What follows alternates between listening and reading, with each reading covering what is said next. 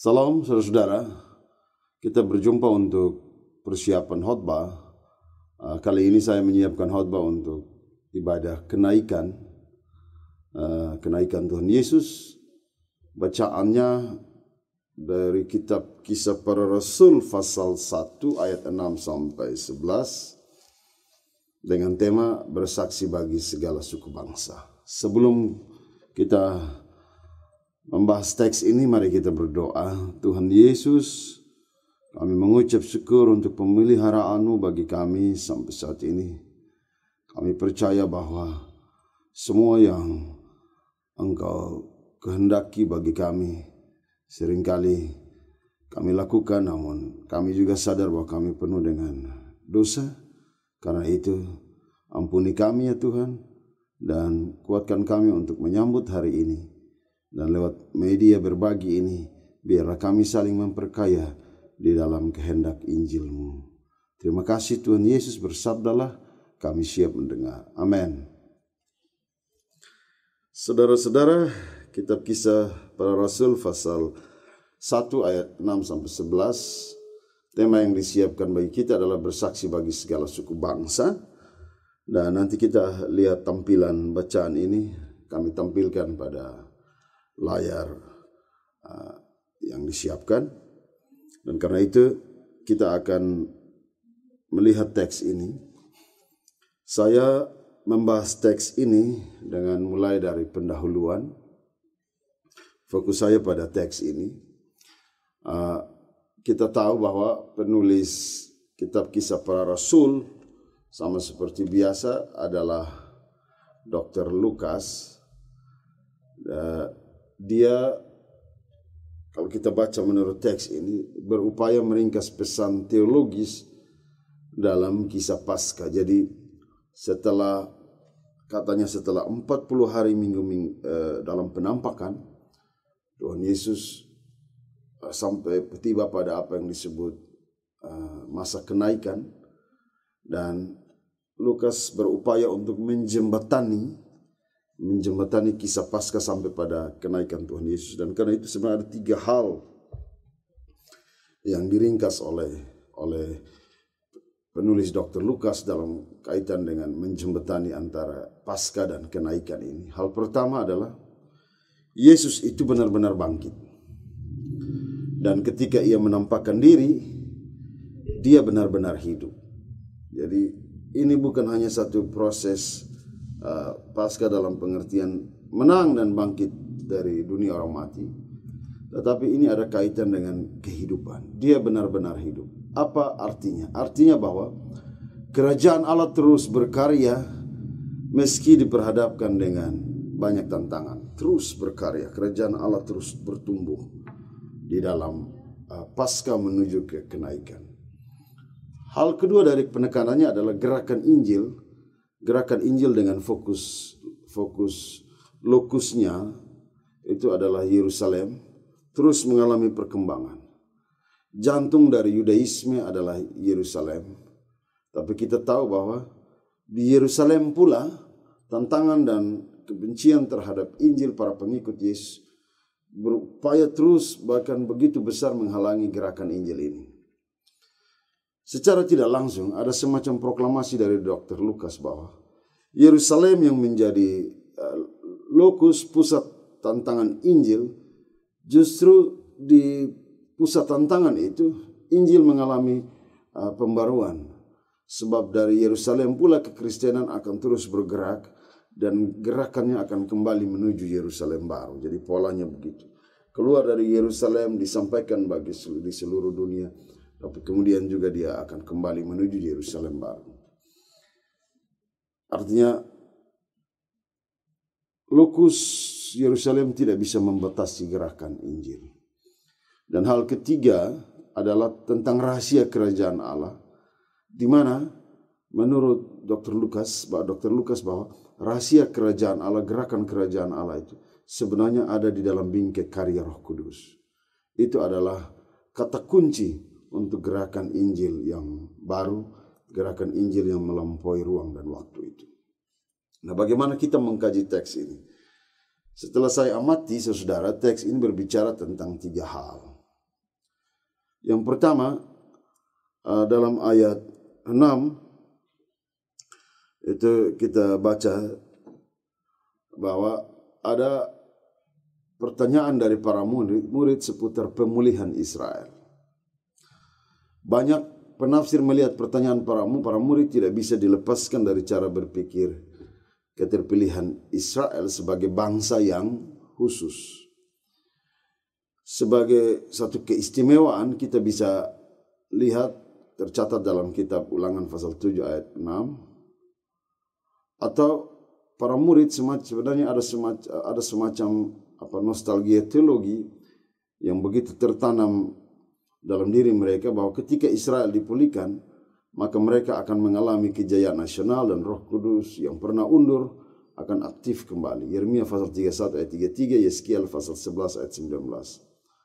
Atau juga janji tentang hari-hari terakhir, misalnya dalam Yoel pasal 2 ayat 28 sampai pasal 3 ayat 1. Bahwa pada hari-hari terakhir Israel akan dipulihkan dan akan terjadi semacam pencurahan Roh Kudus bagi semua orang. Dengan cara berpikir itu, diduga bahwa para murid lebih fokus pada soal politis, karena kebebasan Israel harus dimulai dari kebebasan politis. Jadi kata kuncinya adalah pemulihan politis, karena dari pemilihan politislah semua aspek yang lain itu akan dipulihkan. Menariknya ketika kita berbicara tentang memulihkan kerajaan Israel, maka di teks kita disebutkan, Tuhan maukah engkau pada masa ini memulihkan kerajaan bagi Israel? Memulihkan kerajaan bagi Israel. Kita lihat dalam teks kita ini, menariknya dia bilang, apokah histemi basilia Israel. Jadi memang ini mengacu pada menjurus pada pemulihan Israel. Tapi kalau kita baca dalam kitab Lembaga Alkitab Indonesia, ada satu tambahan kata gia di situ, bagi. Jadi kita perhatikan teks ini bilang begini, Tuhan maukah engkau pada masa ini memulihkan kerajaan bagi Israel? Jadi bukan hanya sekedar memulihkan Israel, tetapi memulihkan kerajaan bagi Israel. Itu dengan apa yang ditulis oleh kitab Lai, maka pengertiannya bisa menolong kita bahwa bisa dalam teks ini, dalam percakapan itu dia bisa jadi begini. Apakah kerajaan Allah masih menjadi bagian pemulihan untuk Israel? Dengan demikian kitab Lai mengarahkan kita untuk melihat bahwa ada semacam upaya untuk mensejajarkan kerajaan Allah dan Israel. Sangat jelas bagi kita menemukan masalah sesungguhnya. Jadi pertanyaan tentang maukah engkau memulihkan kerajaan bagi Israel menolong kita menemukan masalah sesungguhnya. Pertama, semacam ada pesimisme dari para murid terhadap perkembangan kerajaan Allah, mengingat bahwa Israel belum dipulihkan. Kalau kerajaan Allah mau tersebar dengan hebat, maka seharusnya Israel juga harus dipulihkan. Nah, itu semacam pesimisme yang kuat sekali tentang keadaan ini. Nah, sementara saudara, kalau kita lihat lagi dalam hal kedua dari percakapan ini, kita lihat misalnya bahwa ruang gerak kerajaan Allah dalam percakapan ini ada percakapan tentang ruang gerak kerajaan Allah tentu saja terbatas. Karena Israel belum dipulihkan, maka kerajaan Allah pergerakannya juga sangat terbatas. Hanya pada mereka yang menerima Injil. Sementara yang tidak menerima Injil pasti akan menjadi persoalan. Dan ada hal ketiga, pertanyaan para murid percakapan dengan Tuhan Yesus itu adalah, ke arah manakah masa depan kerajaan Allah? Dalam ayat 78 kita melihat Tuhan Yesus menjawab secara tuntas. Dan kita catatannya adalah pertama begini. Kerajaan Allah tidak bisa disamakan dengan apapun. Tidak bisa disamakan dengan cengkraman politik Romawi. Cara kerja kerajaan Allah itu menurut standar Bapa. Dan lihat bahwa dalam cengkraman politik Romawi pun kerajaan Allah tetap berkarya. Jadi gerakan kerajaan Allah tidak bisa ditentukan oleh keadaan atau situasi. Itu yang menjadi catatan kita yang paling utama. Jadi keadaan atau situasi apapun tidak bisa, saudara-saudara, untuk membatasi gerakan kerajaan Allah. Itu catatan kita begitu. Inilah keyakinan yang harusnya dimiliki oleh semua orang percaya bahwa dalam segala keadaan Allah terus berkarya. Bukankah saya dan saudara merasakan hal itu? Dalam badai pun Tuhan selalu membuka jalan pemulihan. Setiap kita meneteskan air mata pun kasih setia Allah selalu ada bagi kita. Di saat kita berseru tidak mampu pun selalu ada jalan keluar bagi saya dan saudara. Jadi situasi apapun, dalam kondisi apapun, dia tidak bisa membatasi gerak kerajaan Allah, karena itu kerajaan Allah tidak bisa disamakan dengan apapun kerajaan di bumi ini, karena kerajaan Allah lebih besar dan datangnya dari Bapa. Hal kedua, saudara-saudara, soal ruang gerak kerajaan Allah. Tuhan Yesus menyebut Yerusalem. Di situ dia bilang begini, kamu akan menjadi saksiku nanti, mulai dari Yerusalem, Yudea, Samaria, dan sampai ke ujung bumi. Ruang gerak lokus kerajaan Allah melewati batas-batas permusuhan. Maksud saya gini, kan waktu itu antara Yerusalem, orang Yehuda dan Samaria sendiri kan itu Israel Utara dan Selatan itu kan itu ada soal besar dalam hal cara pandang. Ada yang memandang najis, ada yang memandangnya sebagai arogansi iman, masing-masing berbeda dalam cara pandang itu. Tapi lokus kerajaan Allah melewati semua batas-batas cara pandang saya dan saudara. Bahkan permusuhan yang kita tanam. Dan pergerakannya sampai ke ujung-ujung bumi. Dia bukan sekedar bergerak, berkarya di bumi, tapi sampai ke ujung-ujung bumi tanpa batas. Dan karena itu, supaya kita bisa tahu sampai di batas mana karya kerajaan Allah, Tuhan Yesus bilang begini, kamu akan menjadi saksiku, mau martus, saksi, pelaku utama. Kamu akan merasakan sendiri, kamu akan melihat sendiri bagaimana kerajaan Allah dari Yerusalem, Yudea, Samaria sampai ke ujung bumi, dan kamu akan terlibat di dalamnya. Bukankah saya dan saudara menjadi saksi utama dari karya kerajaan Allah? Tuhan tidak pernah menuntun kita. Misalnya saya sekarang ada di Oesapa, tapi bukan berarti Tuhan hanya menuntun saya di Oesapa. Dalam keyakinan iman saya yakin kemanapun saya pergi Tuhan menuntun saya. Semua orang, Tuhan yang sama memberi makan bagi kita di Kupang, Tuhan yang sama memberi makan bagi saudara kita di Sabu, Rote, Flores, di Belu, di Keva, di Malaka, di TTS, di Amarasi, di Sumba, di mana saja Tuhan memberlakukan kasih-Nya. Karena gerakan kerajaan Allah itu. Dan kita akan merasakan sendiri.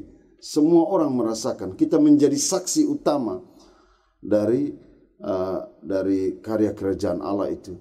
Bahwa tidak perlu lagi kita berkisah tentang kasih setia Allah itu. Tapi kerajaan Allah itu sedang hidup dalam diri kita. Dan kita sendiri akan merasakan, melihat, mengalami langsung bagaimana cara karya kerajaan Allah itu. Saudara-saudara, hal ketiga soal masa depan kerajaan Allah. Menurut teks kita, Yesus bilang, itu kehendak Bapa. Bapa yang merancang kerajaan Allah. Karena itu dia sendiri yang akan menjaga kerajaannya. Yang pasti, pemulihan kerajaan Allah itu sasaran utamanya bukan pemulihan jasmani, tetapi lebih pada pemulihan rohani. Rasul Paulus menjelaskan konsep ini sangat baik dalam 2 Korintus 4 ayat 16. ketika dia bilang manusia lahiria dan manusia batinia, anthropos exo dan anthropos eso. Manusia lahiria memikirkan perubahan-perubahan fisik sebagai alat ukur iman, sementara manusia batinia melihat perubahan karakter manusia. Bapa memilih perubahan batinnya karena saya dan saudara mudah, saudara gini, kita bisa mudah untuk melihat perubahan dalam diri orang, perubahan bagi satu bangsa, perubahan dalam rupa fisik, perubahan dalam perubahan peradaban atau apa saja kita bisa lihat, teknologi, semua perubahan bisa kita nikmati. Tapi yang sulit bagi kita itu adalah kita memulihkan karakter manusia. Contoh, saudara, misalnya ada undang-undang yang berbicara tentang pemerkosaan atau apa saja. Itu ada yang mengusulkan untuk dikebiri misalnya. Itu baik, tapi saudara jangan lupa bahwa masalahnya itu datang dari dalam.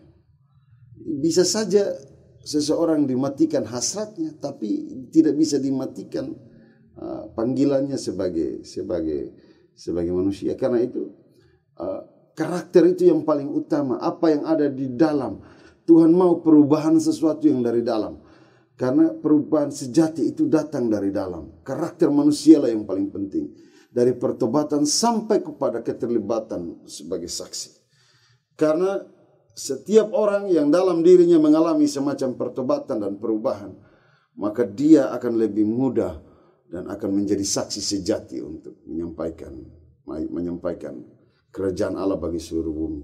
Karena itu masa depan itu selalu ada, sebab Allah bukan hanya sekedar memulihkan fisik saya dan saudara, tapi dia memulihkan batin kita untuk kita lebih kuat. Gerakan kerajaan Allah, gerakan yang dimulai dari dalam diri kita, karakter kita. Hal kedua dari teks ini adalah kita lihat bagaimana penulis kitab Kisah Para Rasul, dia berbicara tentang syarat menjadi saksi.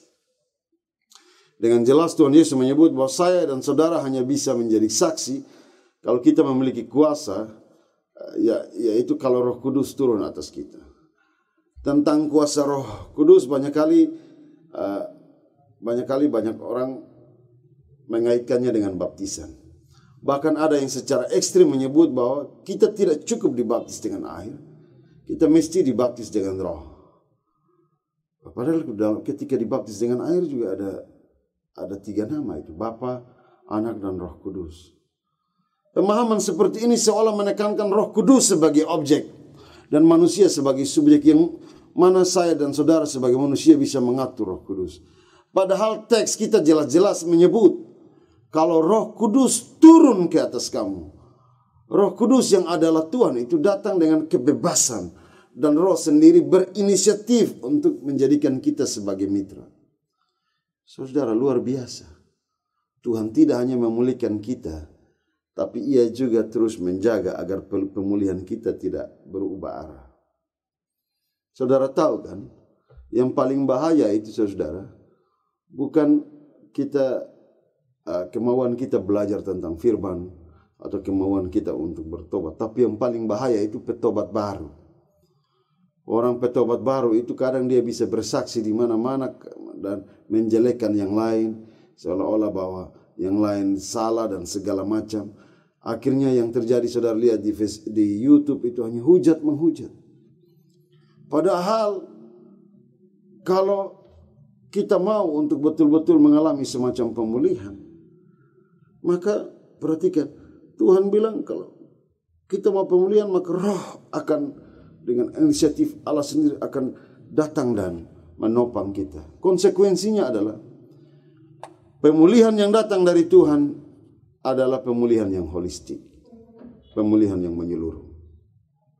Kalau para murid melihat pemulihan itu hanya secara pemulihan fisik, jasmani, Tuhan bilang tidak, pemulihan harus datang dari di dalam batin. Maka dengan datangnya Roh Kudus turun ke atas kita, maka sesungguhnya Tuhan juga berpikir mengupayakan satu perubahan holistik dalam diri kita. Karena hati yang digerakkan oleh Roh Kudus itu saudara itu akan menopang kita, menuntun kita.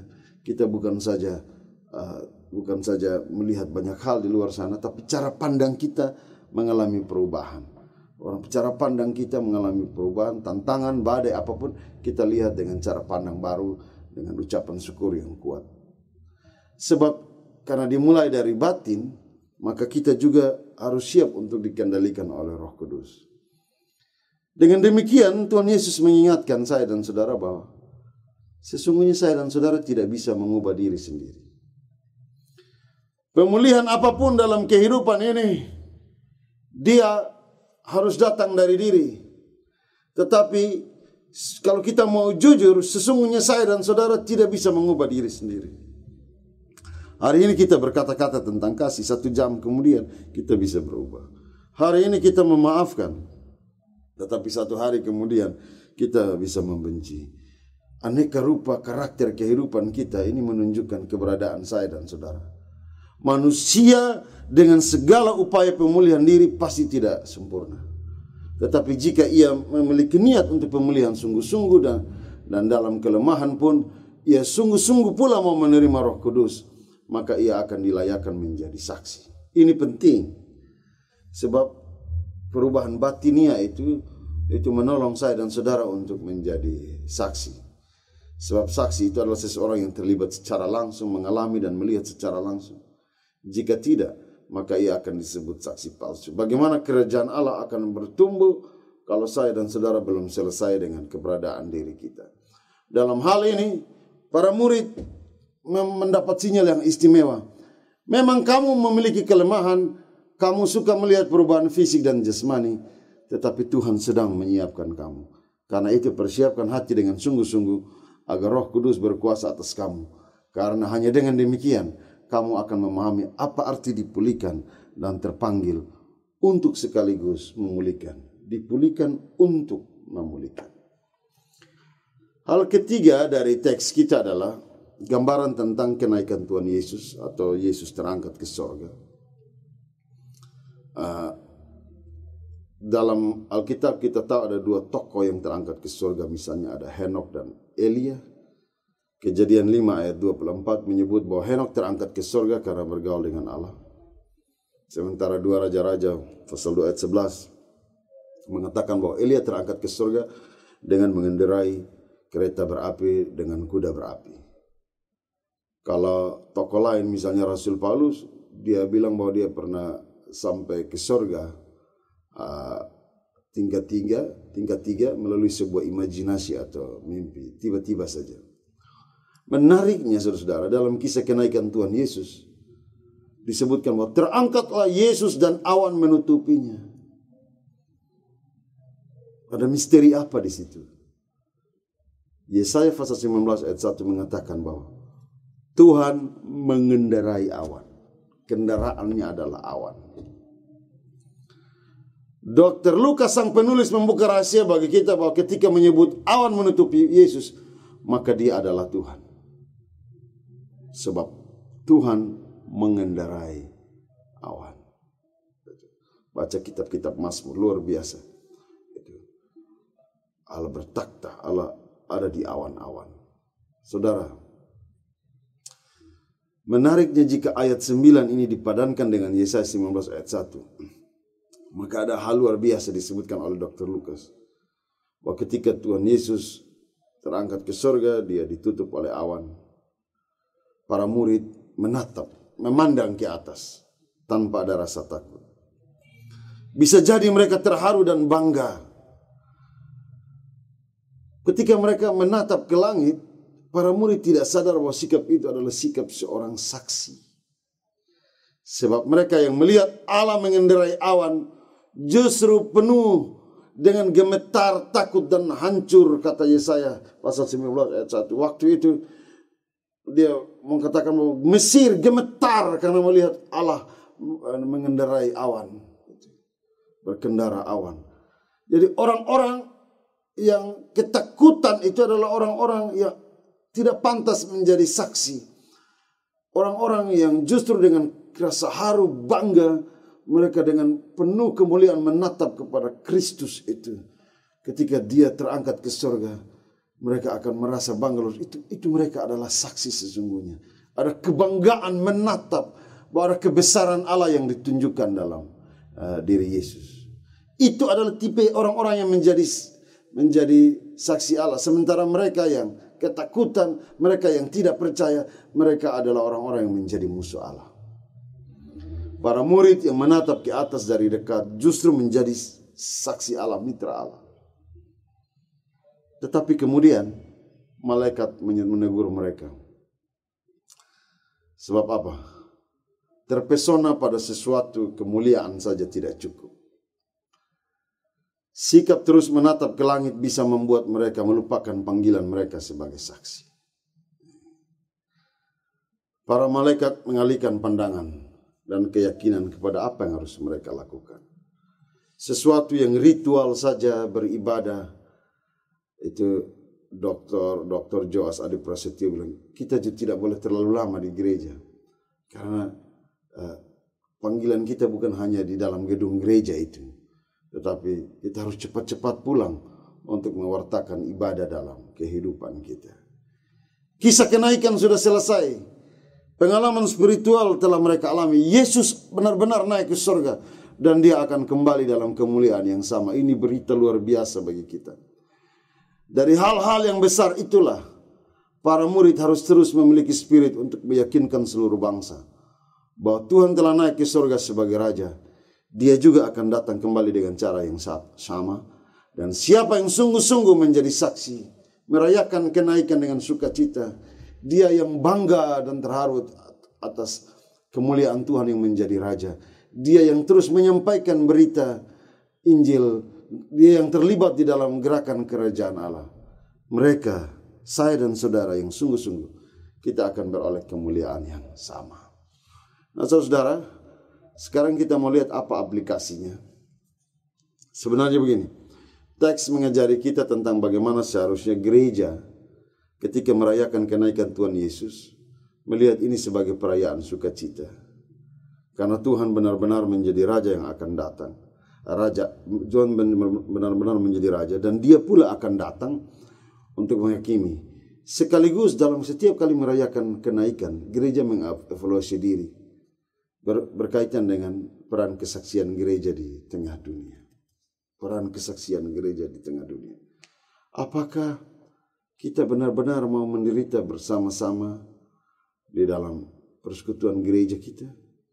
Ataukah di dalam badai tantangan ini kita biarkan orang lain menderita dan kita tertawa? Apakah gereja mau menjadi saksi yang berbagi dalam hidup ini? Itu penting. Sementara dalam kaitan dengan perayaan bulan budaya, hari Kamis ini kan disuguhkan bagi kita etnis Sabu. Kita harus pandai melihat nilai-nilai luhur orang Sabu. Bagaimana etnis Sabu punya identitas budaya yang mampu menunjukkan bagi mereka bahwa apa yang mereka lakukan ini orang tahu, ini orang Sabu, ini orang Sabu. Saudara, kelebihan orang Sabu itu saudara bisa lihat di orang mati misalnya. Itu mereka hadir datang dengan selempang mereka pakai, tanda kedukaan. Orang Sabu itu memang memberi kesaksian bahwa ikatan persaudaraan mereka begitu kuat. Kita juga lihat misalnya ada, kalau menyebut orang Sabu itu kita lihat ada semacam hengedo misalnya, itu cium hidung, itu tradisi itu. Yang berarti kekerabatan, keterikatan, perkenalan, persaudaraan, persahabatan. Tradisi ini untuk menunjukkan rasa rindu, sayang, empati, saling memaafkan, penghormatan kepada orang lain, tapi juga untuk menjaga warisan nilai leluhur. Nah, ini adalah identitas orang Sabu yang bisa dipakai sebagai kesaksian. Tetapi tentu saja sebagai manusia, semua identitas kita yang baik-baik dalam budaya atau apa saja, itu bisa dimanipulasi. Kadang orang bisa merekayasa ciuman sehingga bisa jadi ciuman itu hanya untuk melegalkan kepentingan. Ketika kita membahas teks ini, Tuhan yang berbicara tentang pemulihan dari batin meminta untuk apapun yang kita lakukan, lakukan dari hati kita. bahwa identitas itu bukan hanya soal kebiasaan yang kita lakukan, tetapi yang paling inti dari identitas kita itu adalah sesuatu yang datang dari hati. Menyapa orang, mengajak orang bukan sekedar satu formalitas belaka atau sekedar say hello atau sekedar basa-basi. Menyapa atau mengajak orang dalam tradisi budaya kita ada kaitan dengan bagaimana cara kita menghormati dengan ketulusan kepada kehidupan ini. Karena itu, lewat nilai-nilai budaya, kita memberi sumbangsi berteologi bagi Injil, maka transformasi baru dalam nilai kekristenan adalah bagaimana identitas kita yang kuat, yang penuh kasih, kita yang tidak mengandalkan diri, kita yang mengandalkan karya Roh Kudus, kita tidak berhenti bersaksi, kita terus berkarya, sebab dunia membutuhkan karya kita. Tuhan sedang menyerahkan Injil pada kita. Masa depan Injil Tuhan serahkan bagi kita. Kita menjadi semacam penyambung nyawa bagi Injil dengan kesaksian yang kita lakukan dalam kehidupan setiap hari. Tuhan memberkati kita. Amin. Mari kita berdoa. Tuhan Yesus, terima kasih untuk firman-Mu. Tuntun kami dengan kuasa Roh-Mu supaya kami mampu melengkapi apa yang kurang. Engkau menolong kami dengan cinta kasih-Mu kini dan selama-lamanya. Amin.